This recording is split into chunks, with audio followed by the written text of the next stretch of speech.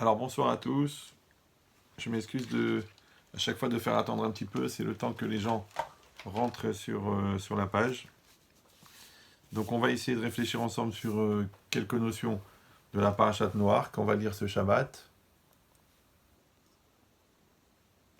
Donc vous savez qu'au début de la Torah, parce que cette paracha elle raconte le, le Maboul, donc le déluge, et que avant ça, Kadosh Baruch Hu, il a demandé à Noir de construire une teva, de construire un bateau pour se réfugier avec tous les gens qui voulaient venir et avec sa famille et avec tous les animaux. Finalement, c'est que Noir et sa famille qui sont rentrés avec les animaux et c'est comme ça que la civilisation elle a été sauvée et qu'ensuite elle a redémarré à partir de Noir. Maintenant, ce qui est intéressant, hein, que la Torah, au début de la paracha, elle donne les mesures de la teva, elle donne la taille. D'accord. Donc elle dit qu'elle veut faire 300 amot de long, c'est-à-dire à peu près 150 mètres, et aussi qu'elle doit faire 50 amot de large, donc à peu près 25 mètres, 30 amot de haut, ça veut dire à peu près 15 mètres, et qu'elle doit se terminer en pointe par une ouverture de une ama, c'est-à-dire 50-60 cm sur 60 cm, un carré comme ça,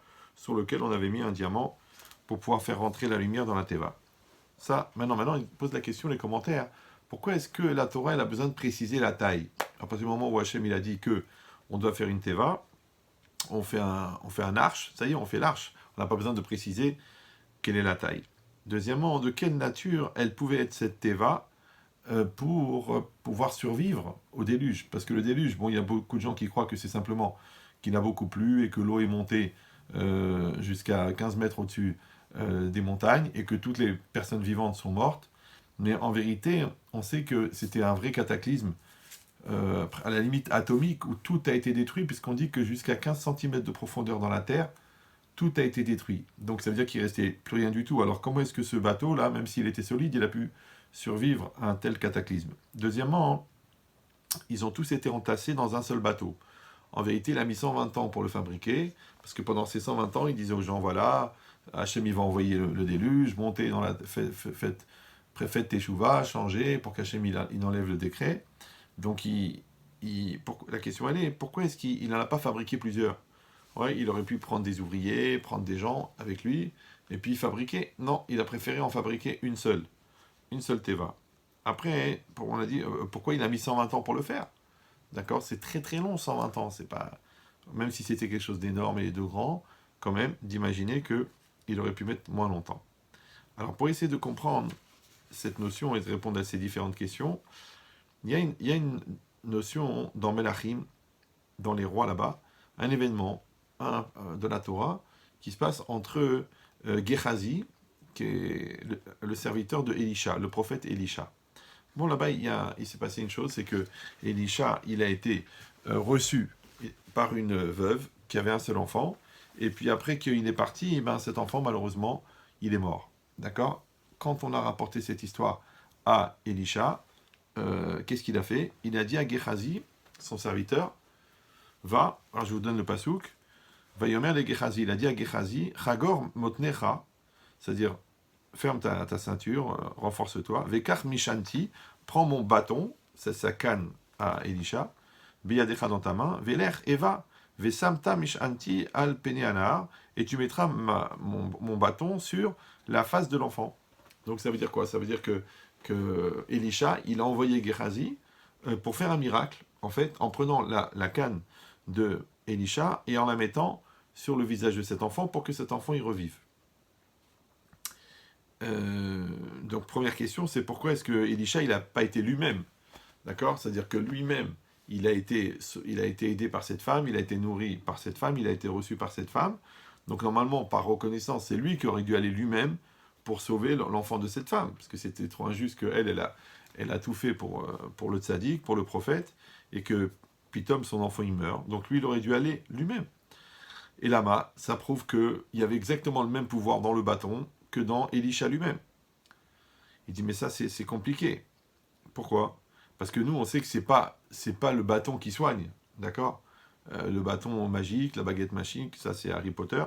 Ouais, non, le bâton, il soigne pas lui-même. C'est quoi? C'est le pouvoir qu'Hachem il a donné à Elisha qui passe par le bâton. Ok. D'accord. Donc, c'est-à-dire, si c'est Elisha lui-même qui soigne, donc normalement, Élisha, il aurait dû aller lui-même.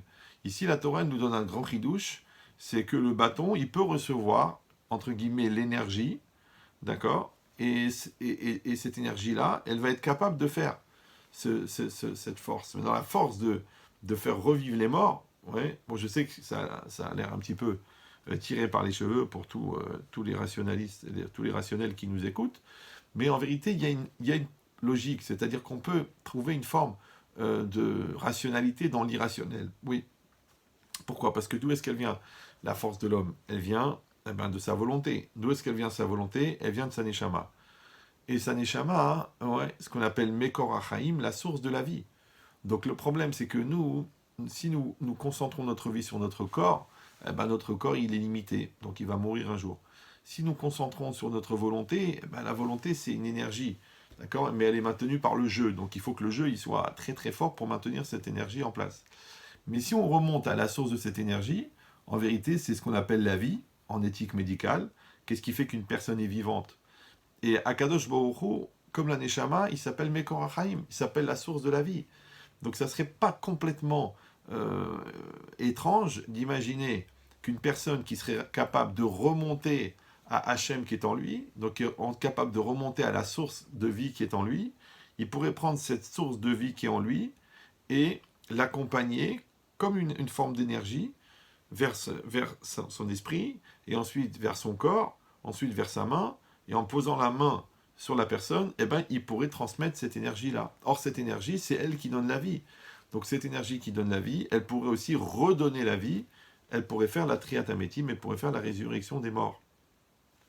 D'ailleurs, il faut savoir une chose qui est pas très connue, c'est que dans le Talmud, ouais, qui contient des 2700 pages et des milliers de noms de rabbanim, des Tanaïm, des Amoraïm, tout celui qui est appelé Rabbi dans le Talmud, il était capable de faire revivre les morts. D'accord? Donc il faut se dire qu'ils étaient quand même des milliers. Et ça, c'est seulement ceux qui sont cités dans le Talmud. Mais c'est probable qu'il y en avait d'autres. Alors encore une fois, nous, on est étrangers à ça, parce que nous, quelqu'un, il est mort, ça y est, c'est mort, il est mort. Le cœur s'est arrêté, le cerveau ne fonctionne plus. Qu'est-ce que tu veux faire? Il est mort.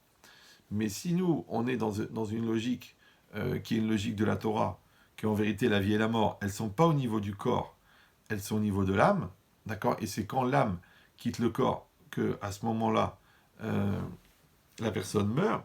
Donc de la même manière que l'âme, elle peut quitter le mort, alors peut-être que l'âme, elle peut aussi être réinsufflée dans le mort. Ça veut dire que la personne, en fait, elle est vivante parce qu'on a insufflé une âme. Maintenant, quand cette âme le quitte, elle meurt. Comme quand toi, t'enlèves la pile, bah, la montre, elle s'arrête. Maintenant, s'il y a quelqu'un qui connaît la chorma de remettre la pile, eh ben, il refait démarrer la montre. À Mavdil, c'est la même chose. Si quelqu'un pouvait lui ramener son âme dans son corps, automatiquement, il retrouverait la vie.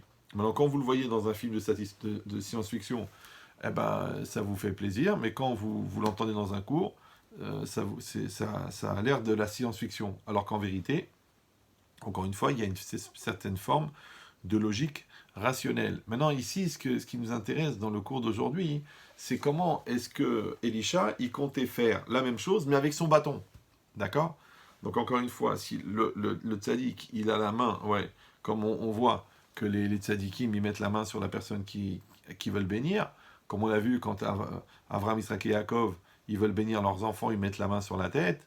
Quand Yaakov, il met la main sur les enfants de Yosef, d'accord? Quand Yaakov, il met la main sur Yosef, quand Avram, il met la main sur Yitzhak, ça veut dire que vous imaginez maintenant que le tzaddik, il est comme un tsinor, il s'appelle comme un tuyau, et que lui, il reçoit la bracha d'Akadosh Baruch Hu, d'accord? Pourquoi? Par sa neshama, parce que la neshama, c'est un morceau de Dieu, donc la neshama, en fin de compte, c'est un récepteur, d'accord? Et Hachem, ben, c'est un émetteur, émet, c'est normal, d'accord? Donc l'émetteur, très simplifié, il envoie cette énergie extraordinaire qui s'appelle la vie.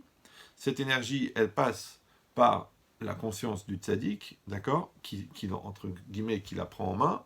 Cette énergie, il la fait passer ensuite dans un circuit qui s'appelle son corps, et qui ensuite la fait passer dans la personne. Donc vous voyez bien qu'à ce niveau-là, le tzaddik, il devient le tsinor, il devient le tuyau qui va faire passer la vie de Hachem à la personne. Ok, ça encore une fois, on le comprend quand il s'agit du tzaddik. Mais là, c'est le bâton du tzaddik.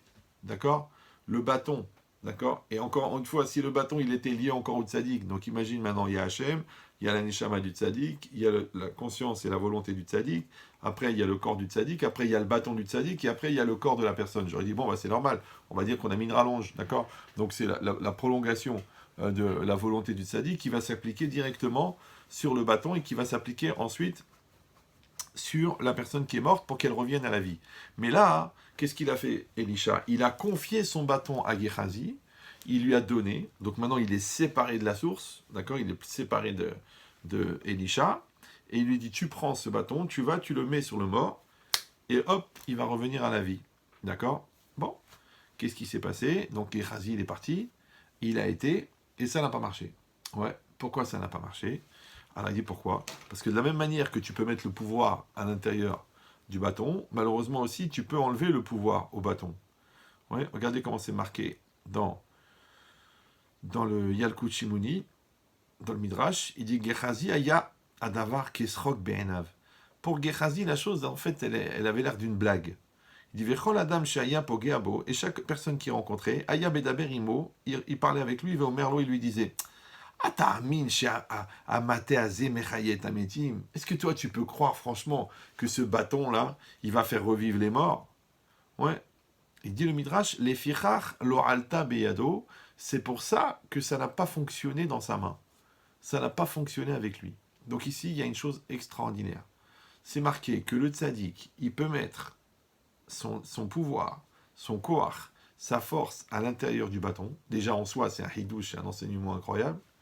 Mais c'est aussi marqué que ce pouvoir-là, il s'envole quand la personne qui est transmetteur du pouvoir, elle-même n'y croit pas. Je ne sais pas si vous comprenez la gravité. D'accord? Bon, vous allez me dire, bon, ponctuellement, bon, bah, c'est pas très grave, ça n'a pas marché.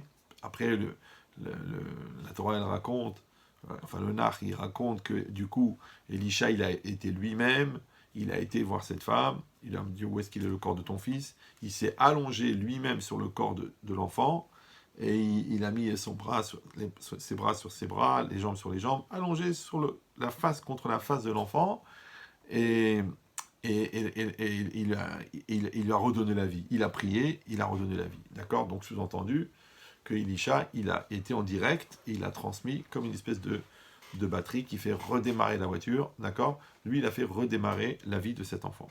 Mais ici, on voit que le fait qu'il y a eu cette forme de moquerie, en fin de compte, qui est l'expression d'un manque de émouna, un manque de croyance, ça a détruit la force qui était dans le bâton. C'est-à-dire que le bâton ne pouvait plus faire son travail. Et ça, c'est une chose qui est très, très, très importante. Puisque, comme vous avez l'habitude d'écouter mes cours, moi, j'ai de l'humour, je rigole, j'aime bien prendre les choses sympathiques et tout ça. Mais, chas v'shalom lo alenu simsilenu, on va jamais tomber dans la dérision ou dans la moquerie. Ouais, qui est en vérité, ça, c'est la marque de Amalek. D'accord? C'est-à-dire de prendre tout à la rigolade, de rigoler de tout, de prendre tout. En fin de compte, ça, c'est détruire la valeur des choses. D'accord? Pourquoi? Parce que la meilleure manière de détruire une chose, eh ben, c'est de la dénigrer. Ça s'appelle dans la Torah Kidvar Hashem Baza, car la parole d'Hachem ou la chose d'Hachem, il a dénigré, il a méprisé. C'est-à-dire qu'une synagogue, ben, si tu la prends pour faire un lieu d'ambiance, eh ben, elle perd sa sainteté de synagogue. C'est normal, ouais. Donc, cette logique-là, de prendre tout à la rigolade, ouais, c'est un gros débat, est-ce qu'on peut rigoler de tout et tout ça. Et c'est pour ça qu'aujourd'hui, on est dans la génération de la chutzpah, comme c'est marqué dans la Gemara, dans Sota, on est dans la génération de l'insolence, d'accord? Et d'un autre côté, on a tellement d'humoristes, d'accord? Tellement de gens qui font des rigolades, et c'est eux qui passent à la télé, c'est eux qui donnent leur avis, c'est eux qui sont comment ça s'appelle, les acteurs de cinéma. Pourquoi est-ce qu'ils sont mis tellement en avant? Ouais. Avant, au Moyen-Âge, bon, il y avait le fou du village, ou le gars qui était là pour faire rigoler le roi. Maintenant, les fous du village, ils sont devenus presque les rois. D'accord? Ça veut dire que leur avis compte, on leur demande qu'est-ce qu'ils en pensent, comment ils peuvent être des influenceurs de la société, faire passer des messages. C'est très bizarre. Ouais. Que la personne qui prend tout à la rigolade, en fin de compte, elle devient influenceur. Tout le monde sait que dans l'humour, le mécanisme, c'est la chute, d'accord? La chute, c'est-à-dire que comme tu t'attends pas à quelque chose, c'est ça qui te fait rigoler, parce que le rire, c'est aussi une espèce de réflexe nerveux de la surprise, d'accord? Donc vous avez bien compris que la surprise, elle vient du fait que tu t'y attends pas, donc il y a un certain choc, et c'est ça qui fait rigoler. Donc automatiquement, plus c'est choquant, plus c'est rigolo. Voilà, voilà. C'est pour ça qu'à une certaine époque, on pouvait pas rigoler, je sais pas moi, sur le président de la République, mais maintenant on peut rigoler. Ouais, on peut pas rigoler sur la police, maintenant on peut rigoler. On peut pas se foutre de la justice, maintenant on peut s'en foutre. Donc, mais c'est quoi l'idée? De prendre tout à la rigolade. C'est pas très grave à la limite, peut-être c'est bon pour le moral, ça met de l'ambiance, on sent bien. Oui, mais on a perdu quelque chose. On a perdu une valeur qui s'appelle le respect. Or, le respect, c'est quoi? On l'a expliqué déjà 1 million de fois. Le respect, c'est le droit d'exister qu'on donne à la chose. Donc en vérité, quand on enlève le respect, eh ben, le potentiel qui est à l'intérieur de la chose ne peut plus se révéler. Donc si tu prends la rigolade de la synagogue, elle a plus son effet sacré. Si tu dénigres, je sais pas moi, la sexualité, automatiquement l'intimité, elle perd sa valeur intrinsèque. Si tu dénigres les vieux, automatiquement, ils deviennent des schnocks, des épaves. D'accord? Alors que toi, tu aurais pu apprendre du vieux, tu aurais pu apprendre de l'expérience du vieux. Mais comme tu en as fait un moupé de chaud, automatiquement, tu perds la valeur du vieux. D'accord? Comme tu perds la valeur du vieux, tu perds la valeur du passé et de l'expérience. Donc qu'est-ce que ça veut dire ici? Ça veut dire que le dénigrement, la rigolade, le délire, en fin de compte, il fait perdre la valeur des choses. Et ici, c'est illustré de manière très concrète, mais au niveau spirituel. C'est-à-dire que le bâton de Elisha, il contient la force de faire revivre les morts, mais comme Gehazi, qui est le véhicule, qui est le transporteur, il n'y croit pas, automatiquement, ça perd sa valeur. D'accord? Donc, si quelqu'un il se moque de ses parents, il ne pourra pas recevoir l'enseignement de ses parents. Si quelqu'un il prend les rabbinim, il leur donne pas le kavod, pourquoi c'est tellement important de respecter les rabbins? Ouais, c'est pas pour moi. Moi, je suis très cool avec vous. Ouais, mais en vérité, si tu veux apprendre de quelqu'un, il faut que tu le respectes. Maintenant, des fois, les gens, ils ont tellement peur d'avoir à entendre des choses qui les dérangent, qu'ils préfèrent dénigrer, prendre à la rigolade, ou alors désacraliser, démystifier, pour que la chose ne va pas leur entraîner du stress.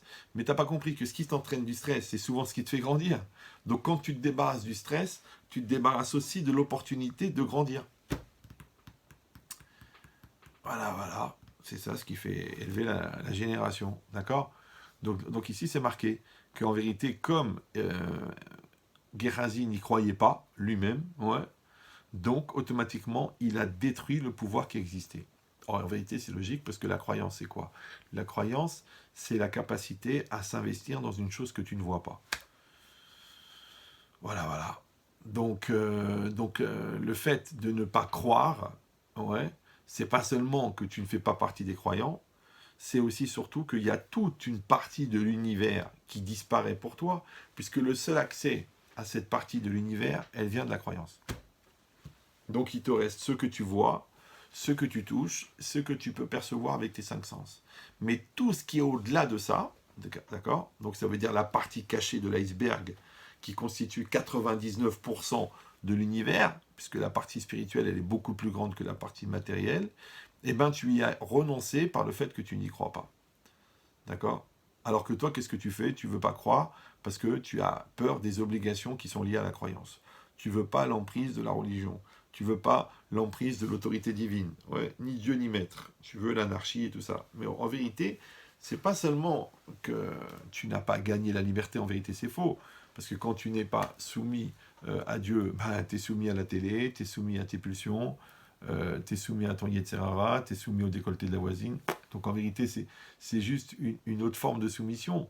La différence, c'est qu'il y a des limites qui te libèrent et des limites qui t'enferment.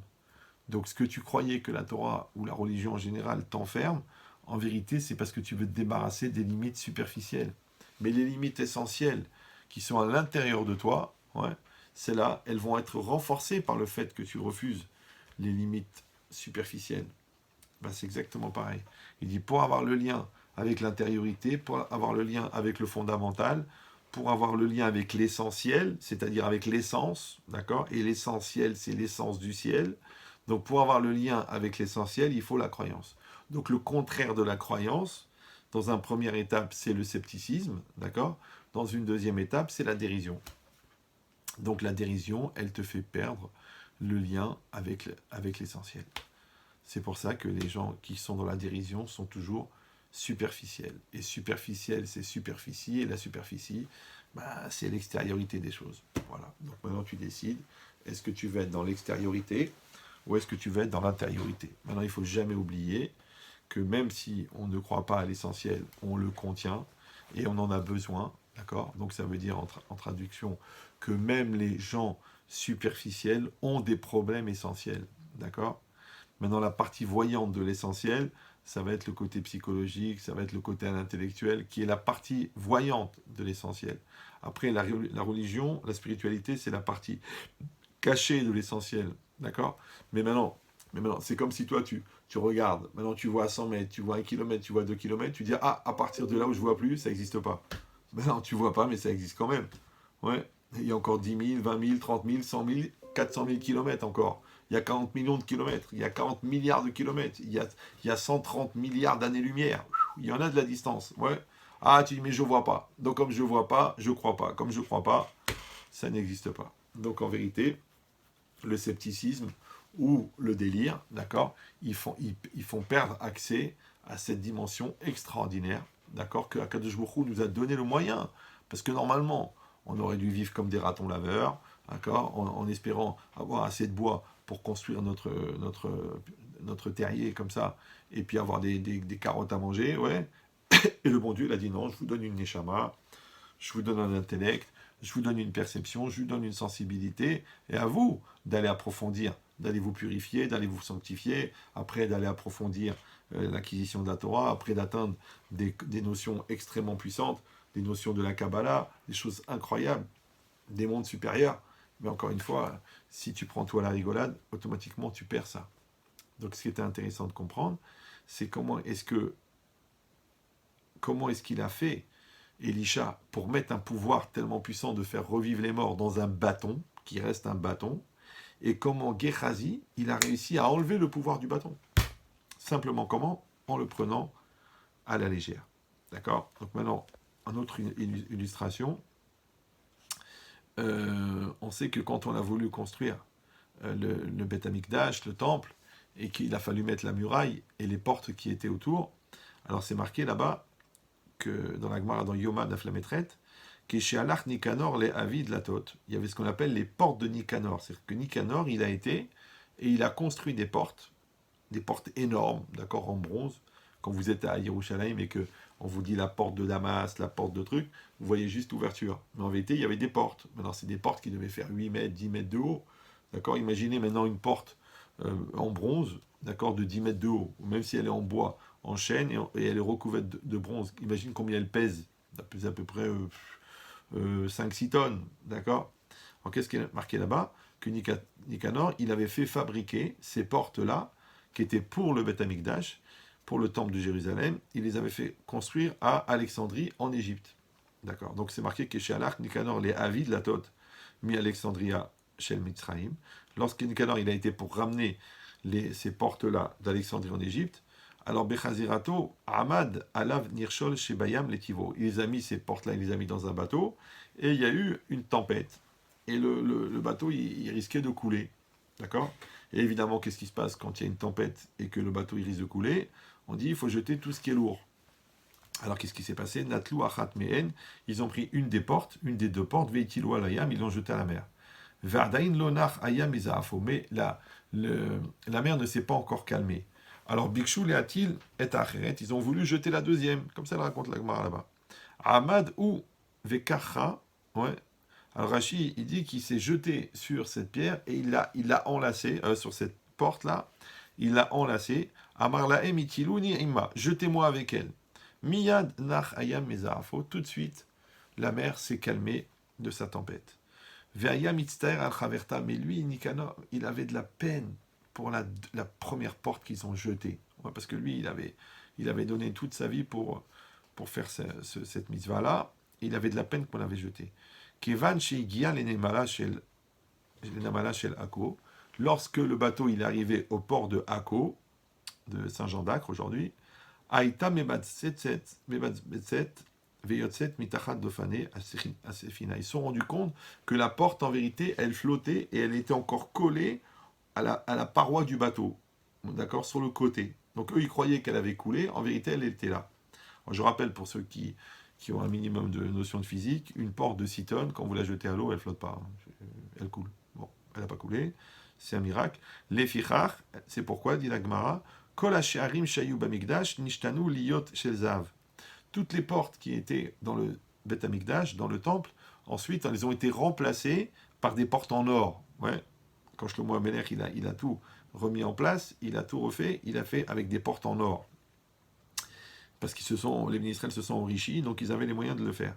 Chutz mishare Nikanor, elle dit la Gemara, sauf les portes de Nikanor. Pourquoi? Mipne shena asu bonissim, parce qu'il y a eu des miracles qui sont arrivés avec ces portes. Donc vous avez bien compris que ces portes, en vérité, eh ben, elles étaient en bronze, d'accord? Elles étaient en bois, elles étaient en métal, et elles ont eu un miracle. Ouais, un miracle qu'elles ont flotté.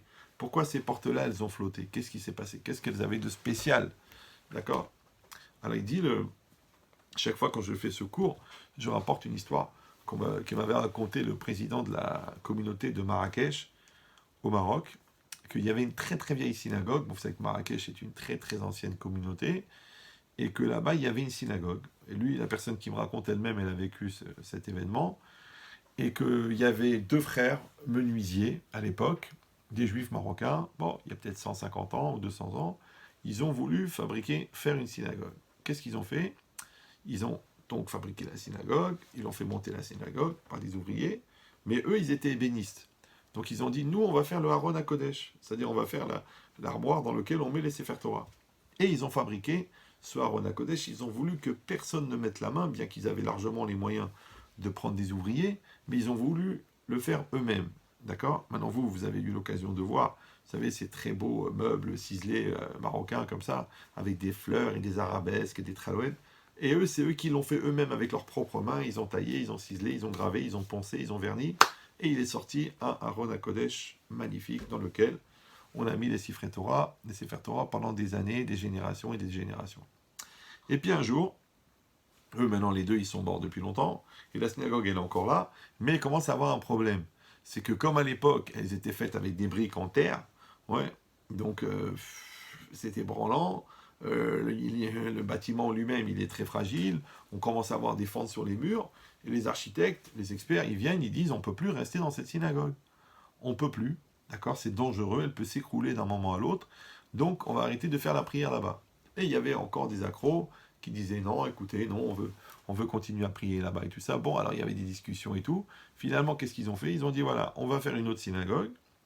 Dès qu'on a fini la synagogue, on prend le Haron, parce qu'il est tellement beau, il est tellement magnifique, il a une telle histoire.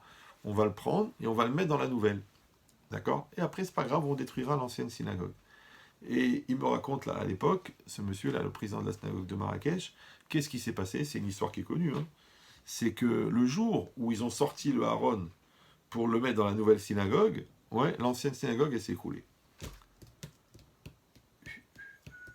Je ne sais pas si vous me comprenez. Ça veut dire que c'est pas la synagogue qui contenait le Haron. En fait, c'était le Haron, l'armoire sainte là, des Sefer Torah, qui tenait la synagogue. C'est elle qui faisait tenir la synagogue. Évidemment, pour tous les petits malins, c'est pas parce que la synagogue est appuyée dessus. Hein. D'accord? Mais ça veut dire la Kedusha de cette synagogue, la force de cette synagogue, d'accord? De ce Haron à Kodesh, et faisait tenir la synagogue. Donc ça veut dire quoi?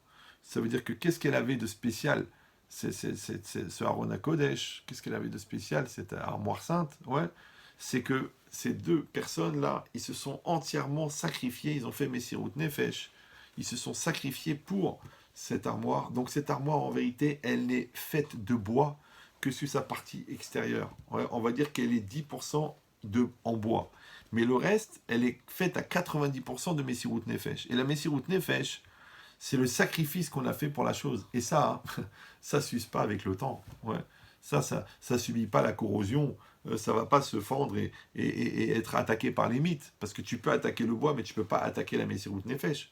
Parce qu'elle est la Neshama de ce meuble-là. Et bien exactement pareil. Nicanor, il s'est tellement sacrifié pour fabriquer, c'est par amour d'Hachem et par amour du Beth Amikdash, du temple. Il s'est tellement sacrifié pour fabriquer ces portes-là, en bronze, ouais, et qu'il a eu tellement de la peine de voir qu'on était obligé de les jeter à la mer après peut-être des centaines et des milliers d'heures de travail pour les faire. Il a eu tellement de la peine, d'accord, que non seulement que la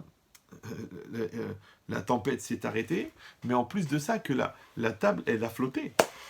Elle a collé. C'est-à-dire que c'est quelque chose qui est complètement antinomique, c'est complètement paradoxal d'imaginer qu'un objet tellement lourd, il va flotter. Moi, j'aurais dit, eh ben, il va tomber au fond de la mer, à un endroit où il n'y avait que 20 mètres de fond. Et puis, on l'a retrouvé. Il y a eu... Non, non, non, non, elle n'a pas coulé. Elle n'a pas coulé. Ouais. Et encore une fois, vous allez dire, bon, écoutez, je suis sceptique. Bah, c'est pour ça qu'il faut prendre des antiseptiques. C'est fait pour ça. Ouais, c'est pareil. On dit que quand Yosef il est mort, il est niftar, les Égyptiens, ils pensaient que c'était lui la source de la bénédiction de toute l'Égypte. Donc ils l'ont fait enterrer dans un espèce de cercueil. Enfin, ils l'ont mis dans un cercueil en métal extrêmement lourd et ils l'ont posé dans le Nil. Quand il a fallu,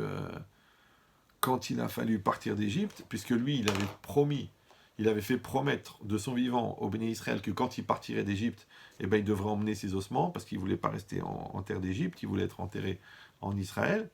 Eh ben, Moshe, il ne savait pas où est-ce qu'il était enterré, parce que ça faisait déjà des centaines d'années. Et puis finalement, quelqu'un lui a dit, bon, on se rappelle qu'on l'avait mis dans le fleuve, et lui, il ne savait pas où dans le fleuve, donc il s'est mis au bord du fleuve. Il a dit, Yosef, si tu veux qu'on t'emmène, bah, il faut que tu fasses un miracle. Et le Midrash, il dit qu'à ce moment-là, le cercueil de Yosef, il s'est mis à flotter. Et là, pareil, à tous les gens qui ont fait de la physique, d'accord, un cercueil en métal qui est dans la terre depuis des centaines d'années, il flotte pas. Il flotte pas. Voilà, voilà, voilà. D'accord. Donc ça veut dire quoi? Ça veut dire que la Neshama de Yosef, elle a soulevé le cercueil, il est remonté à la surface, et c'est comme ça qu'ils ont pu le transporter devant eux. C'est ce cercueil-là devant eux qui a fait que la mer aussi s'est ouverte, que le Jourdain s'est ouvert, qu'ils l'ont transporté pendant 40 ans dans le désert. Donc ça veut dire quoi? Ça veut dire que tu vois comment est-ce qu'un objet, ouais, il peut recevoir de la sainteté, et là, il n'est plus dans les logiques mécanique, dans les logiques physiques de qu'est-ce qui est lourd, de qu'est-ce qui est léger, de qu'est-ce qui flotte, de qu'est-ce qui s'use, de qu'est-ce qui s'oxyde, ouais, de qu'est-ce qui tient, qu'est-ce qui disparaît. On n'est plus là-dedans. Ouais, comme le cercueil de Yosef, comme les portes de Nicanor, comme la synagogue de Marrakech, comme le bâton de Elisha. Alors si c'est ça, je ne sais pas pourquoi il y a une coupure au niveau de la connexion. Qu'est-ce qui me fait lui?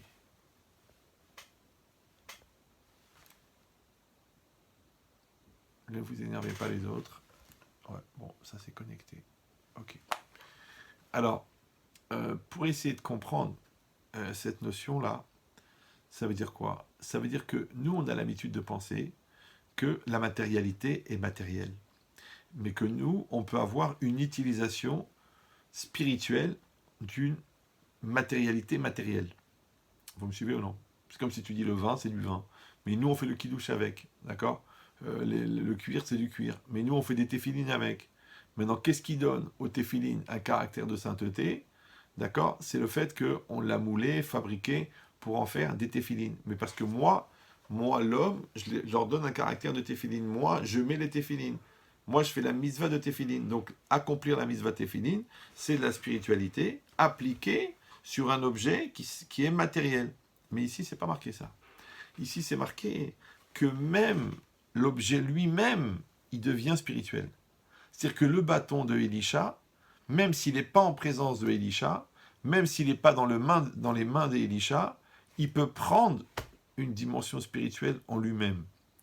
Donc maintenant, ça veut dire qu'on est capable, entre guillemets, d'emprisonner de la spiritualité, de la rouchaniout, dans des molécules physiques, des atomes physiques. Ils sont physiques, ils sont réels, ils sont concrets, et nous, on peut mettre à l'intérieur quelque chose. D'accord? Et ça, on a dit comment ça fonctionne. C'est-à-dire, c'est quoi le process pour y arriver? C'est la Messirut Nefesh, ça veut dire c'est le sacrifice que l'on fait pour la chose. Alors si c'est ça, on dit par exemple le Har Moria, d'accord? En fin de compte, le Har Moria, c'est la montagne de Moria.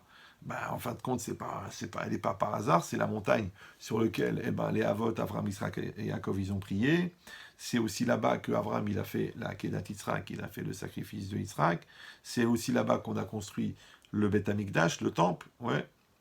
C'est aussi là-bas qui est le Har Habayit, la montagne de la maison, ça veut dire la montagne du temple. Parce qu'il faut savoir une chose qui est très importante, que souvent les gens ne savent pas, mais quand vous allez au temple de Jérusalem, d'accord, là où il y a la mosquée qui a été construite là, en vérité, la mosquée, elle a été construite sur l'esplanade du temple. C'est-à-dire que les envahisseurs, ils ont tout rasé, d'accord, et après, ils ont conservé le parterre, les dalles en pierre, et dessus, ils ont construit la mosquée. Mais en vérité, ouais, cet endroit-là, c'était une montagne. Oui, donc c'était un peu compliqué parce qu'au sommet, il n'y avait pas la place pour. Qu'est-ce qu'ils ont fait, d'accord, à l'époque, avec Shlomo Ameler, c'est qu'en fait, ils ont fait des murs autour, d'accord, c'est pour ça que les murs de l'enceinte du temple, elles sont très très profondes. Donc en fait, ils ont fait une espèce de cadre tout autour, d'accord, du Har Habayit, c'est-à-dire c'est le mont Moria, et ils ont rempli de terre, c'est-à-dire que en fait, la montagne, elle est comme ça, ils ont rempli de terre jusqu'à rendre plat. D'accord? Et la seule chose qui reste du Har Moria, la Gemara, elle dit dans Yoma, la Mishnah aussi, que en fait, ils ont laissé juste 10 centimètres du sommet de la montagne, ouais, qui est à la surface du parterre du temple. Je ne sais pas si je suis assez explicite. D'accord? D'accord, ça veut dire quoi? Ça veut dire... Et d'ailleurs, il y en a qui disent que quand vous regardez l'esplanade du temple, ouais, qui est tellement convoitée par toutes les religions, et ben en fait euh, sur le côté, vous avez juste un petit bâtiment, très petit, c'est juste 4 colonnes avec une petite coupole. Et là-bas, par terre, ouais, il y a une espèce d'excroissance comme ça, qui fait cette hauteur là de 10 centimètres. Et il y en a qui disent que c'est ça. C'est ça, hein, le sommet du Har Moria, d'accord, c'est ce qui reste en fin de compte de la montagne de Moria, sur lequel, encore une fois, les Havot qui ont prié, il y a eu le sacrifice d'Yitzhak, il y a eu la construction du Beth Amikdash, et il y a la Kedusha, la sainteté du Har Habayit, qui est l'endroit le plus saint de tout Jérusalem. Jérusalem qui est la plus sainte de toutes les villes, par rapport à la terre d'Israël qui est la plus sainte de toutes les terres, de toutes les terres du monde. Ça veut dire que le centre de la spiritualité dans le monde, c'est cet endroit-là. C'est le centre du centre du centre du centre. D'accord? Et s'il y en a qui vont croire que c'est politique ou quoi, ben c'est quand même intéressant, d'accord, au niveau réflexion, que les 3 religions monothéistes, d'accord, ils ont voulu absolument être représentés là-bas. D'accord? Bon, il y en a qui disent que c'est parce que c'est là-bas que Jésus il a démarré son histoire. L'autre, il va dire parce que Mahomet, il a décollé de là-bas avec son ânesse. Ça change rien. Ouais, ce qui est intéressant, c'est pas les circonstances que chacun donne. Ce qui est intéressant, c'est comment ça se fait que ça s'est pas passé en Amazonie. C'est beaucoup plus grand. En haut de la cordillère des Andes, d'accord? Au Tibet, je sais pas moi, en Inde, à Calcutta. Non, c'est cet endroit-là, là, ce petit endroit que quand vous prenez un planisphère, il est tout petit. La terre déjà d'Israël, elle est toute petite. Et, et Jérusalem, c'est une petite partie de la terre d'Israël. Et le temple, ouais, l'endroit du temple, le Har Habayit, c'est une petite partie. Alors comment ça se fait qu'il y a une tellement grande sainteté? Eh bien justement, pourquoi? Parce que c'est un endroit où il y a une grande Kedusha, parce qu'il y a eu beaucoup de Messirut Nefesh là-bas. C'est-à-dire qu'en fait, toutes les prières qu'ils ont priées Abraham, Israël et Yaakov, elles sont là-bas. Ouais, le sacrifice extraordinaire de Abraham, Israël et Yaakov, qui est reconnu par les 3 religions monothéistes, il s'est passé là-bas. La construction du Beth Amikdash, ouais, c'est pas pour rien. Là-bas, on dit, il y a aussi Even Shtia, c'est-à-dire la pierre, si on traduit littéralement la pierre de boisson, ça veut dire que toutes les sources de bénédiction du monde, elles sont là-bas. Elles démarrent de là-bas. D'accord? Donc ça veut dire quoi? Ça veut dire que pourquoi? Parce qu'il y a eu tellement de sacrifices, il y a eu tellement d'efforts, il y a tellement de gens qui ont donné leur vie pour cet endroit-là, que cet endroit-là, il reçoit une sainteté incroyable. D'accord? Et pour vous montrer que c'est pas anodin, c'est qu'il y a un autre endroit qui est aussi connu, qui s'appelle le Har Sinaï, le mont Sinaï, ouais. Et bizarrement, au mont Sinaï, on a reçu la Torah. Vous êtes au courant, ouais. Si vous n'êtes pas au courant, c'est dommage, il faudrait quand même se renseigner un peu. Ouais. Et bien c'est très bizarre que les Chachamim ne nous parlent pas de la sainteté du mont Sinaï. Ouais. Ben, tu vas dans le désert du Sinaï, tu roules, tu arrives, c'est une montagne, on te dit voilà, c'est ici, d'accord, c'est ici que la Torah a été donnée. Bon, c'est une petite montagne. D'ailleurs, elle a une caractéristique très spéciale qui est connue de certaines personnes, c'est que tout Sinaï en hébreu, ça veut dire sné. Sné, ça veut dire c'est le buisson. Parce qu'en vérité, cette montagne-là, c'est l'endroit où Moshe Rabbeinu a vu le buisson ardent. Et c'est très bizarre, et moi je l'ai vu ça, les pierres de cette montagne, quand vous les prenez, vous les cassez, à l'intérieur, il y a une espèce de dessin de buisson. Ça va? Vous dites, oui, bon, t'es tombé sur la bonne pierre. Non, t'en casses une deuxième, c'est pareil. T'en casses 3000, c'est pareil. Toutes les pierres de cette montagne, elles contiennent le dessin du buisson. Je sais, quand tu vas me dire, heureux hasard, concours de circonstances, d'accord, mais il y a des centaines de milliers de montagnes dans le monde. Il y a une seule montagne où les pierres, elles contiennent cette espèce de fossile, d'accord, cette espèce de forme bizarre, c'est pas un fossile, mais c'est une forme bizarre dans la pierre, incrustée dans la pierre, que quand tu le casses dans n'importe quelle facette, tu retrouves le buisson.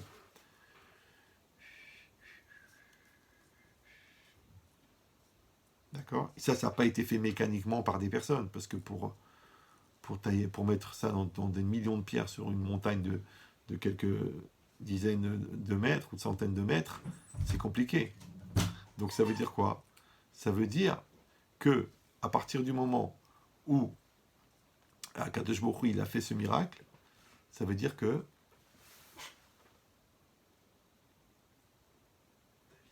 ah, il y a un problème sur YouTube. Alors on m'annonce qu'il y a un problème sur YouTube. Alors attendez, je vais vérifier si c'est pas la connexion. Ne vous énervez pas. Alors, on est en 4G, je comprends pas. Excusez-moi pour les autres. On va essayer en Wi-Fi.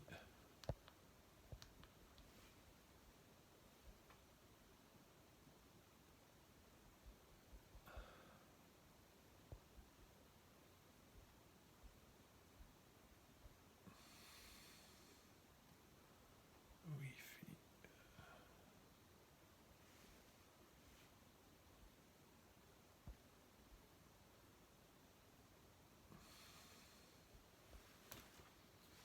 Bon, ben là, ce coup-ci, j'espère que ça marche mieux. Voilà. Donc, qu'est-ce que vous êtes en train de dire? Oui, ça veut dire que c'est bizarre que cette montagne, quand même, qui a été l'endroit où on a reçu la Torah, ouais, bizarrement, elle n'a pas cette sainteté. Pourquoi? Parce qu'en vérité, là-bas, il n'y a pas eu de Messirut Nefesh. Il n'y a pas eu de sacrifice. C'est vrai qu'il y a un événement extraordinaire qui s'appelle qu'Hachem s'est révélé dans le monde, la seule fois où Dieu il s'est révélé objectivement dans le monde. Ouais.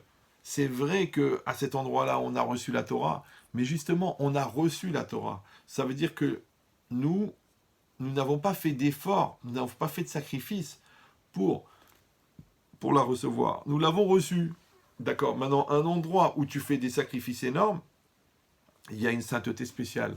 Ça s'appelle le Har Moria, d'accord? Le mont du temple.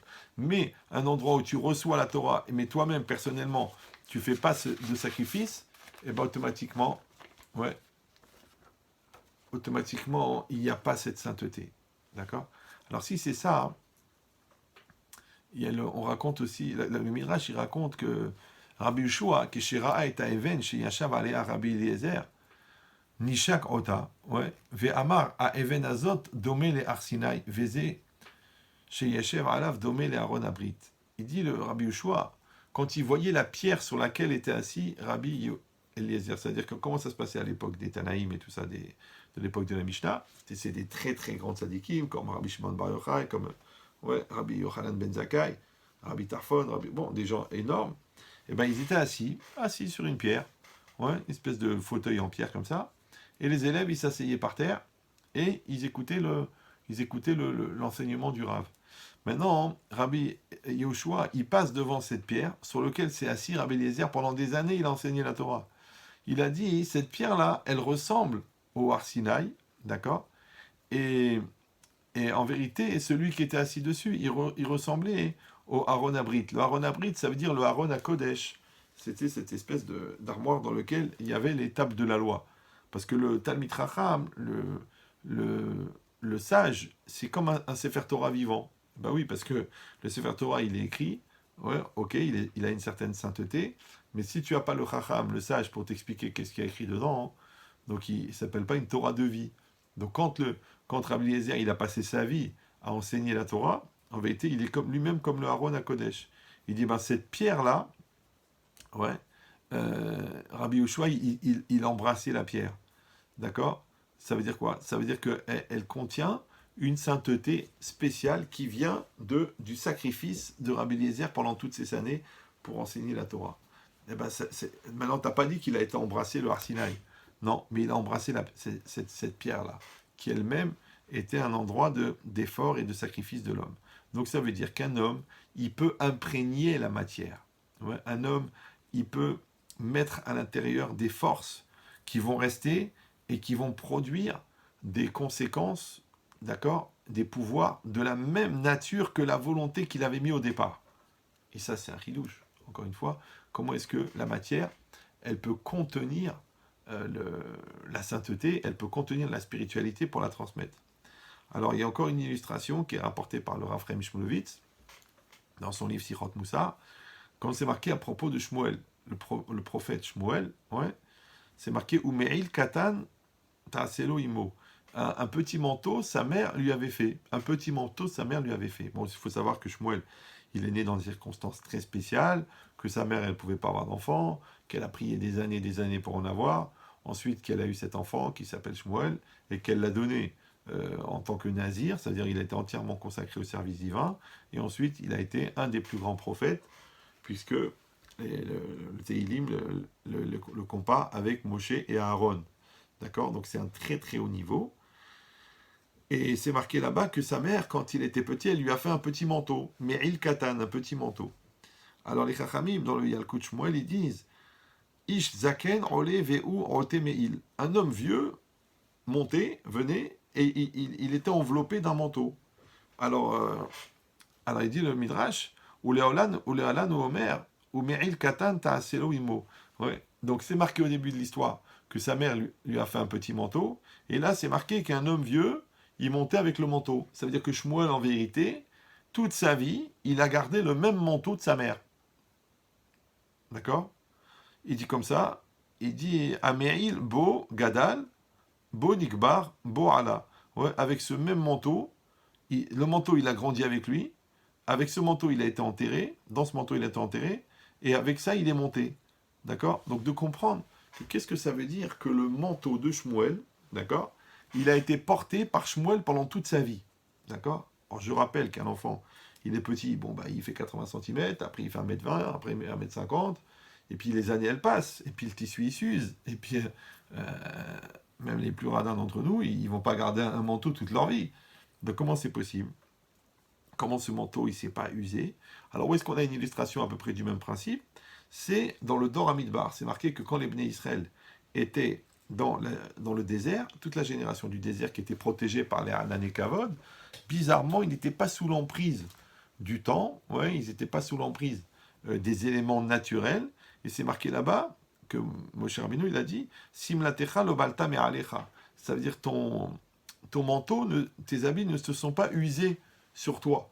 Encore une fois, les habits ça s'use, d'accord, ça frotte entre les jambes, les coudes ils se déchirent, les coutures elles s'ouvrent, le tissu il s'abîme, et puis après tu jettes. Non, il dit que pendant 40 ans dans le désert, les bénis Israël, leurs habits ne se sont pas usés, comme si le temps s'est arrêté, d'accord, comme si l'oxydation n'agissait plus sur les atomes, ouais, pour les mettre en pièces. Non, il n'y a pas. Ouais. Et ben le même phénomène il s'est passé avec le manteau de Shmuel. Alors le Radak, qui est un des commentaires du Nach, là-bas, il explique comme ça. Me'il katan ta'aselo imo, Ouais, un petit manteau, elle lui a fait confectionner sa mère, ça c'est le pasouk. Il dit Kilo aya minagam le atot me'il et la agdolim. On avait l'habitude d'envelopper d'un manteau seulement les adultes. Avalo ktanim, mais pas les petits, pas les jeunes. Vézé, alors il dit comme ça le Radak. Vézé mirov a avata auto. Et ça, ouais, par le fait que, par la grandeur de l'amour qu'elle avait pour son fils, c'est-à-dire Hana, elle aimait tellement son fils Shmuel, Astalo Me'il, elle lui a fait un manteau. D'accord. D'accord, c'est marqué Umeil Katan Ta'aselo, elle lui a fait. D'accord. Il dit Kol Timrotea, tous ses pleurs, Vetefilotea, et toutes ses prières, et Kol Aavata, tout son amour, Vet Kol Liba, tout son cœur, Natna Hana, ouais, Anivia. Hana, la prophétesse, elle a mis dans ce manteau. Zé chez Astalo, c'est ce qu'elle lui avait fait. Ve Aliedekach, et par cela, Afar Ameil Atzmo, les Mekor Shofa Aava Vechesed. Et par là, il dit Raphaël Shmulevitz, le manteau lui-même, il est devenu une source, d'accord, de déversement d'amour et de bonté. Donc je ne sais pas si vous comprenez. Elle, c'est une personne. Elle a un fils, d'accord. Elle met tout son amour dans ce manteau, toutes ses prières dans ce manteau, c'est-à-dire qu'elle prie pour son fils en vérité, ouais. Mais elle déverse tout ça dans le manteau. Et lui maintenant, le manteau, il le porte, d'accord. Donc ça veut dire que le manteau, il a donné à Shmuel, un homme qui a consacré toute sa vie à Hachem et toute sa vie au béni Israël, puisqu'on a dit qu'il allait d'une ville à l'autre et qu'il allait faire des cours et qu'il allait remonter la Torah et la spiritualité et juger aussi les gens.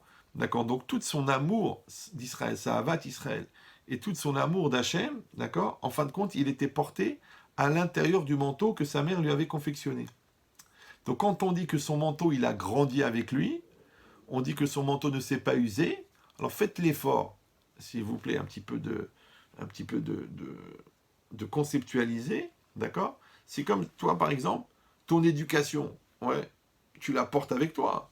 L'éducation que tu as reçue de tes parents, l'amour que tu as reçu de tes parents, le respect que tu as reçu de tes parents, les forces qu'ils t'ont données, la confiance en toi qu'ils t'ont donnée, mais tu vas la porter toute ta vie. Et ça, déjà, tout le monde le conçoit au niveau psychologique. C'est-à-dire que je comprends qu'en vérité, d'ailleurs, quand vous voyez des gens perturbés, ou des gens qui sont mal dans leur tête, ou des gens qui vivent mal les événements, c'est en vérité souvent que leur enfance, elle a été troublée. Parce qu'il y a eu des divorces, parce qu'il y a eu des cris, parce qu'il y a eu des nerfs, parce qu'ils ont assisté à des scènes, parce qu'ils ont, ils ont vu des parents qui avaient des comportements qui étaient incohérents, ou qui étaient paradoxaux, ou qui étaient de violence, ou tordus, ou pervers. Donc ça veut dire qu'en fait, au moment où on devait fabriquer les bases de leur personne, eh ben, ces bases, elles ont été pourries, elles ont été polluées par ces comportements tordus auxquels ils ont assisté. Et ben ça, c'est un peu le manteau que tu emportes avec toi. Maintenant, si tu emportes un manteau qui est tout déchiré, ben, c'est normal qu'il va prendre les courants d'air et que tu vas attraper froid en hiver. Si tu emportes un manteau qui est fragile, qui n'est pas solide, parce que tu n'as pas eu la bonne éducation, parce que tu n'as pas eu les bonnes bases, parce que tu n'as pas eu la confiance qui t'a donné à toi-même la propre confiance en toi, comme tu n'as pas vu la croyance en Dieu, quand tu n'as pas vu la force Oui, ça veut dire que les gens, ils sont accompagnés toute leur vie par leur éducation. Mais leur éducation, ils sont le fruit de quoi? Eh ben, des efforts fournis par la génération d'avant. Donc c'est des gens qui ont prié, c'est des gens qui ont donné, des gens qui ont fait des efforts. Et c'est ça que tu portes, d'accord? Maintenant, si toi tu as la chance, entre guillemets, que ton manteau ne s'est pas usé, ça veut dire que 50 ans après, tu es encore dans la direction et dans les principes, dans les fondamentaux que tes parents t'ont donnés, ouais, alors ça existe, si tu comprends ça au niveau psychologique, qu'en fin de compte, on est protégé par les acquis qu'on a reçus. Eh ben, la partie psychologique, en vérité, c'est quoi? C'est juste, encore une fois, c'est la partie, même ça, superficielle par rapport à quelque chose d'encore plus puissant, d'encore plus grand, qui s'appelle la spiritualité. Ça veut dire que, c'est comme moi, j'ai la chance de faire quelques mitzvot, d'accord? Mais moi, je sais les sacrifices qu'ils ont fait mes parents pour le Shabbat, pour la cache-route, c'était pas facile. Et mes grands-parents, encore plus, là-bas au Maroc, à Tafilalet, d'accord, dans la Kedusha. Donc en vérité, nous, on croit qu'on a des mérites, qu'on fait les mitzvot, on fait les tzadikim. Mais en vérité, on est sur le tapis roulant des gens des générations d'avant. Ça, il faut le reconnaître, il faut dire la vérité. Aujourd'hui, c'est facile, tu prends 300 euros, tu achètes des tefilines. Avant, les gars, ils attendaient des mois. ouais, pour manger cachère. C'était compliqué. Parce qu'il fallait amener la bête, il fallait la battre. Et quand elle n'était pas cachère, ben elle était perdue, il n'y avait personne pour te la récupérer. Pour aller au mikvé, c'est pas comme aujourd'hui, des mikvés ultra modernes, avec la clim, avec la maquilleuse, il n'y avait pas. Ils allaient à l'oued, ils allaient à la rivière, d'accord. Et ils allaient se tremper là-bas dans des conditions, dans de l'eau glacée, dans de l'eau boueuse, il fallait trouver un endroit, amener une femme avec toi. C'était compliqué. Les cheveux, ils étaient couverts depuis le mariage à 14 ans jusqu'à la mort. Ça veut dire qu'il y avait combien d'efforts, combien de sacrifices qui étaient faits pour les mitzvot. Il dit cette logique-là, c'est la Messirut Nefesh, en fin de compte. C'est-à-dire que nous, on est dans une génération où chacun il se débrouille pour éviter à faire des efforts. D'accord. On veut le limoud, l'étude de la Torah facile, on veut la télé-Torah, ouais, comme ça, tu t'assois, t'écoutes, ouais. Mais à un moment ou à un autre, il faut que tu ailles prendre toi un livre, que tu te casses la tête, que tu apprends par cœur, que tu apprends la traduction, que tu révises, que tu te casses la tête sur la Gemara, sur le Tosfot, sur le Rashi. À un moment, il faut que ça devienne ton effort à toi. Pourquoi? Parce que ce que tu vas transmettre en fin de compte, ce sont tes efforts. Ouais, les gens, ils croient qu'on transmet des actes. Mais en vérité, non. Les actes, ils vont partir quand tu seras mort. Qu'est-ce qui va rester? Il va rester les efforts que tu as fournis pour ces actes. Donc, de la même manière, ici,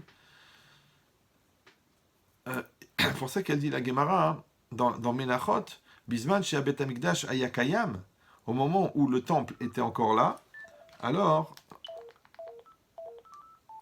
Misbeach Mechaper à la Adam. C'était le.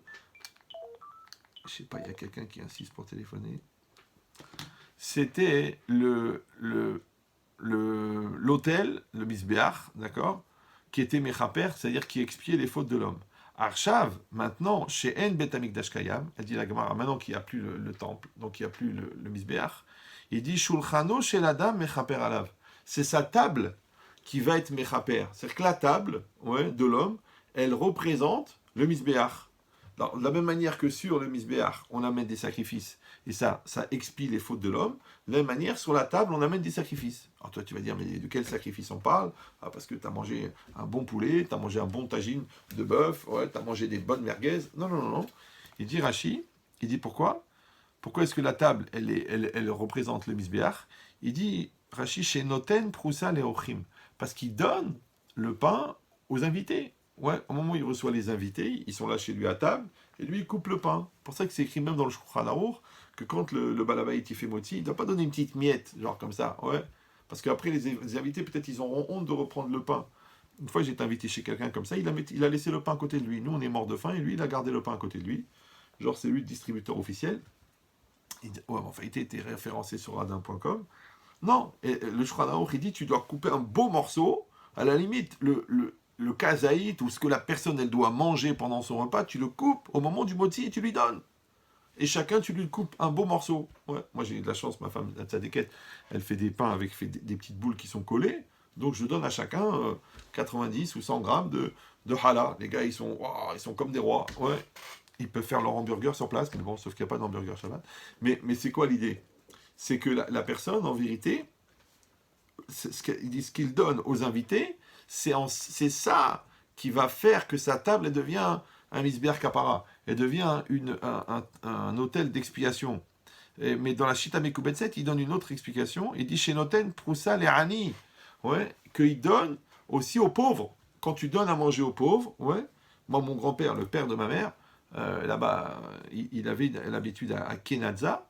Il avait sa table où il mangeait avec sa famille. Il avait une deuxième table pour les pauvres, tous les jours. Ouais, toi, de temps en temps, tu fais un petit don au Kazip, t'envoies au Chabad, t'es content, t'es fier de toi. Lui, tous les jours, les pauvres, ils venaient manger à la maison. Tous les jours, ouais. Et c'est lui qui préparait, qui coupait la salade de tomates, c'est lui qui préparait la viande. Il voulait faire cette mitzvah lui-même. Mais ça veut dire quoi? Ça veut dire que quand on te dit que la table, elle est méchaperet, elle va effacer les fautes, ouais, parce que tu donnes à manger aux pauvres. Et le Tosfot, il donne encore une autre explication, sur la même Gemara là-bas dans Menachot. Il dit, Pirouche Ataam Kikdola Legima chez Mekarev Rechokim. Ouais, Mekarevet Rechokim.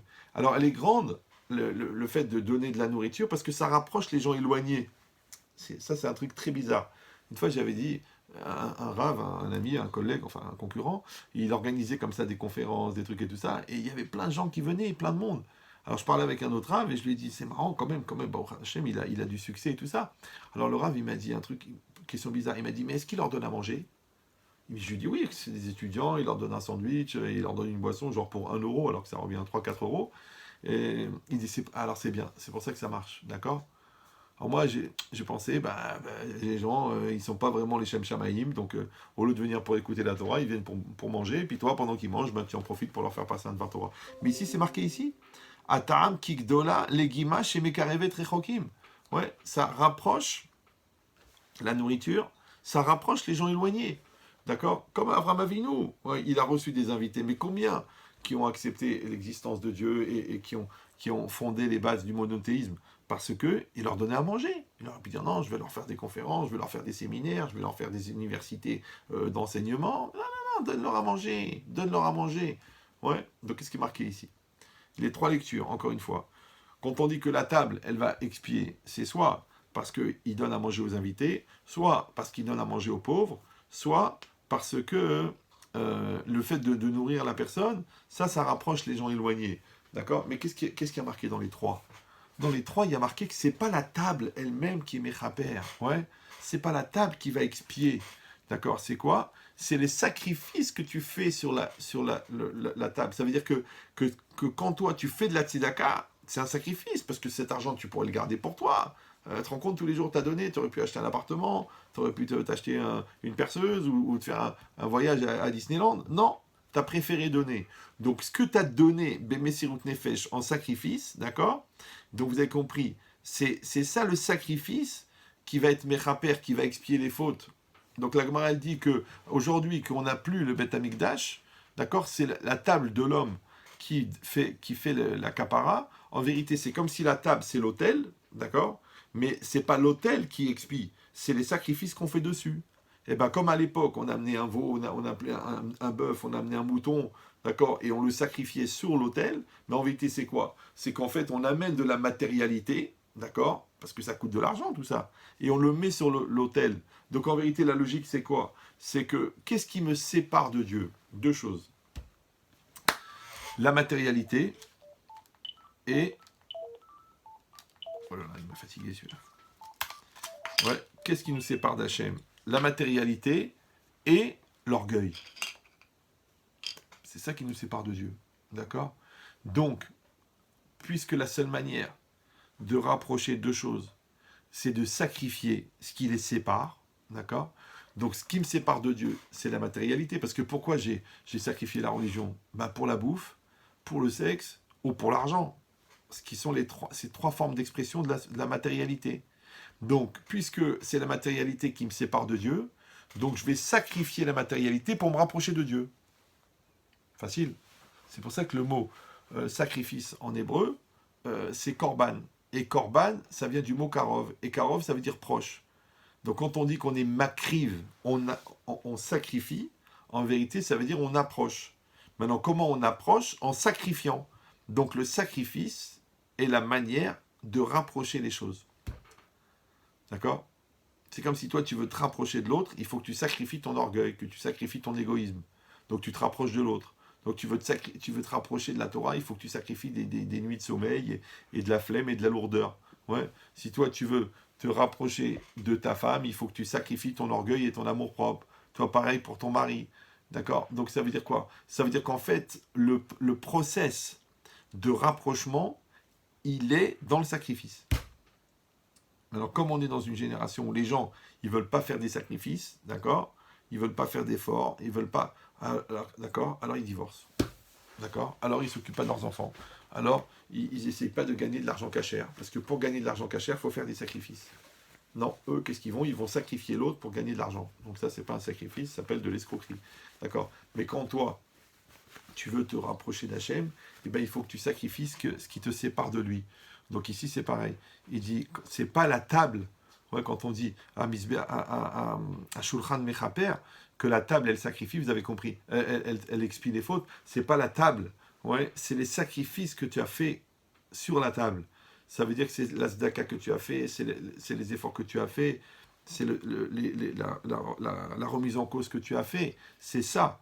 Donc il faut être toujours dans une logique de chercher l'opportunité de faire un sacrifice, l'opportunité de faire un effort, l'opportunité de prendre sur soi, et pas l'inverse, d'accord? De chercher toujours des occasions de se laisser aller, de ne pas se prendre la tête, ou de culpabiliser l'autre, ou de transférer le problème chez l'autre. En vérité, c'est dommage. Parce que, ok, tu te sens bien, parce que tu dis, ouais, c'est l'autre qui a tort, c'est l'autre qui est folle, c'est l'autre qui est fou, je vais vous expliquer. Ok, c'est bien, d'accord. Mais premièrement, je vais te dire une chose.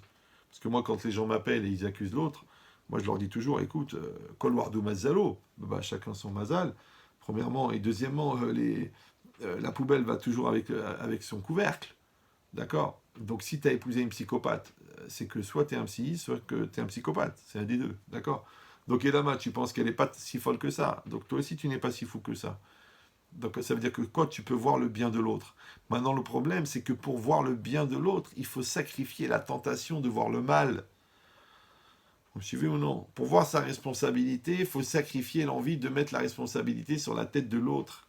Donc ça veut dire que, tout ce que tu deviens, tout ce que tu es, tout ce que tu évolues, ça vient des sacrifices que tu es prêt à produire. Alors comment on appelle sacrifice en hébreu aussi? On l'appelle Messirut Nefesh. Messirut Nefesh, ça veut dire je prends mon effet, je prends ma personne, je prends ma mesquinerie, je prends ma petitesse et je la mets de côté. Je me sacrifie. Ah, je sais ce que vous allez dire. Alors à ce moment-là, c'est une religion, il faut s'annihiler, il faut s'autodétruire, c'est de l'autodestruction. Non, non. Oh, je vais vous dire un truc. Hein. Quand un gars, il s'arrête de frimer, quand quelqu'un, il arrête de faire du mytho, quand quelqu'un, il arrête de se prendre pour une star, et quand quelqu'un, il arrête de croire autre chose que ce qu'il est, ouais, et qui se rabaisse, et qui il prend sur lui, et qu'il arrête l'exigence, il en reste encore assez pour frimer. Je ne sais pas si vous me suivez. D'accord? Ça veut dire que tu n'en fais pas. Qu'en fait, le respect de soi, c'est ce qui reste quand tu as arrêté de regarder chez l'autre, de rabaisser l'autre pour te grandir toi. D'accord? Ça s'appelle la valeur personnelle, ça s'appelle la connaissance de soi, ça s'appelle la maîtrise de soi. Donc il faut réussir à retrouver ces valeurs intrinsèques qui sont en toi. Donc ni de vivre à cause de l'autre, ni de vivre grâce à l'autre. Ouais, de vivre grâce à toi et grâce à Dieu. D'accord? Maintenant, le problème, encore une fois, c'est que pour vivre grâce à soi, il faut être prêt à prendre le risque, ouais, de ne pas compter sur l'autre, de ne pas accuser l'autre, de ne pas se servir de l'autre pour légitimer, pour justifier. Et ça, c'est pas évident parce que c'est tellement confortable, ouais, d'accuser l'autre. Et dans confort, il y a fort. C'est bien, d'accord. Donc si vous comprenez ça, maintenant pour revenir à la Teva de Noir, parce qu'a priori c'était quand même de ça qu'on devait parler, le bateau de Noir, ouais, on avait dit mais pourquoi est-ce que on lui a demandé il fallait construire un bateau. Déjà Hachem il aurait pu faire un miracle, qu'il y aurait tout un endroit sur la terre qui n'aurait pas été touché par le Maboul. À la limite il aurait dit tiens on va monter sur une très haute montagne et puis l'eau elle va pas arriver jusque là. Non, pourquoi il fallait fabriquer un bateau, d'accord? Et pourquoi il fallait que ça passe par ce bateau qui allait contenir la Hatzala, la sauvegarde, et la Yeshua, la délivrance. D'accord? Et ça, il fallait que Noach le fabrique. Pourquoi? Parce qu'en fin de compte, le monde, il a été détruit par le Maboul. D'accord? Maintenant, le Maboul, tout le monde sait, c'est marqué dans la Torah, Veketz kol basar ba lefanai. La fin de toute chair est venue devant moi. Il n'y a pas écrit qu'Hachem a détruit le monde. Non, il y a écrit que le monde, la destruction du monde est venue devant Dieu. Ça veut dire qu'en fait, le monde, il s'est autodétruit. D'accord? C'est comme si quelqu'un, il fume, je sais pas moi, 10 paquets de gitane sans filtre, et après, il va voir le cancérologue, il dit, c'est à cause de vous que j'ai attrapé le cancer. Tu dis, mais attends, mais c'est toi qui as fumé les gitanes sans filtre. Vous savez ce que c'est, les gitanes sans filtre? C'est tellement de goudron qu'à la fin, tu peux donner tes 2 poumons à une société d'autoroute pour qu'ils bouchent un trou quelque part. Ouais. Donc ça veut dire quoi? Ça veut dire qu'en fait, Hachem, il a créé un monde qui est fondé sur la bonté. D'accord? Et c'est marqué dans la Torah que le monde a été détruit à cause de Hamas. Et Hamas, c'est quoi? C'est la cruauté. C'est l'anti-bonté. Et puisque le monde il est construit par la bonté, et la bonté c'est quoi? C'est de sacrifier son intérêt pour l'autre. Et ben le Hamas c'est le contraire, c'est de sacrifier l'autre pour son intérêt. Maintenant le problème c'est que quand chacun fait ça, d'accord? Vous savez, je dis toujours, quand toi tu tires la couverture, ben moi j'ai froid. Quand, quand moi je tire la couverture, toi t'as froid, quand les deux on balance la couverture, les deux on a froid. Donc ça veut dire qu'il y a un système d'autodestruction dans le fait qu'on va enlever les fondamentaux. Et les fondamentaux, c'est par exemple la bonté, c'est le chesed. Parce que le chesed, c'est un fondamental. Mais pas le chesed en tant que gentillesse, tzedaka, sympathie, solidarité, tolérance. Non, c'est le chesed en tant que théorème fondamental du lien des éléments au niveau microscopique, au niveau macroscopique, ce qui crée, qui est le lion du monde, c'est la bonté. Maintenant, quand le lion du monde, il se casse au niveau des gens, il n'y a plus de bonté, ben toi tu crèves, moi je crève, ouais. Mais quand le lion du monde, il se casse au niveau de l'atome, les atomes se séparent. Alors, je rappelle pour les gens qui ont quitté très jeune Hiroshima, quand les atomes se séparent, ça fait une bombe atomique. Et c'est ça le Hamas. Le Hamas, c'est le système autodestructeur de l'univers, du monde, par le fait qu'on a enlevé le critère essentiel du lion qui s'appelle la bonté. Voilà. D'accord? Donc ça veut dire que là, il fallait fabriquer un bateau qui puisse survivre à une destruction totale de la structure moléculaire de la matière. Oui. D'accord? Donc la structure moléculaire de la matière, elle a explosé. Elle a explosé. Comment ça se fait qu'elle n'a pas détruit la Teva? Comment ça se fait qu'elle n'est pas rentrée dans la Teva? Comment ça se fait qu'elle n'a pas explosé l'arche de Noé? D'accord? Parce que ce bateau-là, il avait été entièrement fabriqué pendant 120 ans par la Messirut Nefesh, par le sacrifice de Noach le Tzaddik, par les prières de Noach le Tzaddik, par la Teshuvah qu'il a projetée, qu'il a transmis aux gens. C'est ça. En fait, c'était pas un bateau, c'était un cumul spirituel de spiritualité. Donc, une illusion d'optique comme ça, de croire que c'était un bateau, de l'extérieur, ça avait l'air d'être un bateau, alors qu'en vérité, c'était entièrement un objet de sainteté. C'est pour ça que quand tu rentres, quand tu es devant le kotel, il y a ce qu'on appelle le syndrome du kotel, c'est-à-dire c'est un niveau de spiritualité spécial, tu as des vibrations, d'accord? Quand tu rentres dans une grande synagogue où il y a eu beaucoup de mitzvot, ça te fait un truc bizarre. Quand tu rentres dans une grande yeshiva où il s'est passé des choses, quand tu rentres dans la tombe d'un tzaddik qui a été énorme déjà de son vivant et encore plus après sa mort, eh ben ça te fait quelque chose. Maintenant, tu as quelque chose de quoi? De l'endroit, de quoi? De l'air, de l'espace, du volume? Non. En vérité, c'est parce qu'il y a eu des sacrifices dans cet endroit-là. Il y a eu des efforts dans cet endroit-là.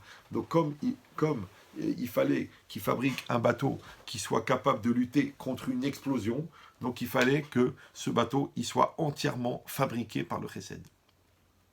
Entièrement fabriqué par la bonté. Entièrement fait de Messirut Nefesh. C'est pour ça qu'on avait posé la question, mais pourquoi ça lui a pris 120 ans? Il aurait pu faire ça en 15 ans. Non, parce que ça prend du temps, le sacrifice. On a dit, mais pourquoi il ne l'a pas fait par des ouvriers? Il aurait pu se faire aider? Non, parce qu'il faut que ça vienne du tzaddik lui-même. C'est le tzaddik lui-même qui doit mettre l'énergie. C'est pas, il peut déléguer et dire, vas-y, toi tu fais ça, toi tu mets une poutre ici, une poutre là. Une poutre, elle ne tiendra pas devant le maboul. Ouais, mais quand le maboul il va venir pour exploser la poutre, elle est faite à 5% de bois et à 99% de sacrifice, de Messirut Nefesh, d'abnégation, d'amour, de prière, de tfilote, d'accord. Donc c'est pour ça qu'elle a tenu. Donc on a dit, pour ça qu'il n'a pas pu en fabriquer plusieurs, parce que pour en faire une déjà, il faut donner toutes ses forces, il faut mettre toute son énergie, il faut mettre toute sa pureté, il faut mettre toute sa Messirut Nefesh. Donc il ne pouvait pas en faire au pluriel. Donc ça veut dire quoi? Ça veut dire qu'ici on voit comment est-ce qu'un homme, il peut mettre de la spiritualité dans la matérialité pour qu'à la fin, la matérialité elle-même, elle devienne spirituelle.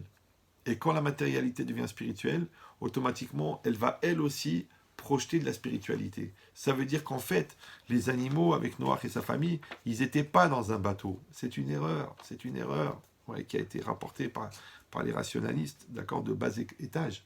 En vérité, ils étaient dans la 4e dimension. Ils étaient dans la spiritualité totale. Ils étaient comme les Bnei Israël dans les Hanan et Kavod, dans les nuées de gloire. d'accord? C'est pour ça qu'ils étaient invisibles, c'est pour ça qu'on ne pouvait pas les toucher, c'est pour ça qu'ils étaient toujours à la même température, c'est pour ça que le parterre il était aplani, parce qu'ils étaient dans la quatrième ou la cinquième dimension, appelle ça comme tu veux, mais ils n'étaient plus du tout dans la réalité physique des choses. Donc c'est pareil, l'enveloppe spirituelle qui englobait, qui contenait Noach et tous les animaux, c'est ça qui a sauvé du Maboul. C'est pas parce que le bois il était épais et parce que les jointures elles étaient solides. Donc si c'est comme ça, alors il demande le Or Gedaliahu, il a dit, c'est quoi le chidouche, l'enseignement des mesures? Parce que vous rappelez-vous qu'on a commencé le cours en posant la question, mais pourquoi est-ce que la Torah elle a tenu à nous donner les mesures de la teva, du bateau? Ouais. Et je rappelle les mesures pour les gens qui n'ont pas assisté à sa fabrication, qui faisait 300 amotes de long, 300 amotes de long, 50 de large, 30 de haut et une amas au bout. Alors il dit le Or Gedaliahu, on sait que le mal dans le monde, il est symbolisé dans la Kabbalah par deux notions. Une notion qui s'appelle small, d'accord? On l'appelle Samer Mem. Ça s'écrit Samer Mem Aleph Lamed. Ouais. Et Nachash, c'est le serpent, d'accord? Mais ça correspond aussi à un très fort niveau. En fait, ces deux mots-là, c'est l'expression du plus haut niveau d'impureté. D'accord? Maintenant, on sait que l'impureté, c'est l'état d'être de la mort. D'accord? Par contre, le contraire de la mort, c'est la vie. Donc en fait, la sainteté, elle est dans la vie, et l'impureté, elle est dans la mort. Vous me suivez toujours, d'accord? Maintenant, puisqu'on a dit que le monde, il a été détruit et il a été à la mort, ouais, c'est parce qu'en fin de compte, la sainteté avait quitté le monde. Comme si la Neshama, elle quitte le corps, donc automatiquement, le corps meurt. Ouais. Quand la Shekhinah, la présence divine, a quitté le Beth Amikdash, automatiquement, Titus, il est rentré, mais il a cassé des pierres cassées. Parce que le temple, il avait plus son âme déjà, il avait perdu son âme.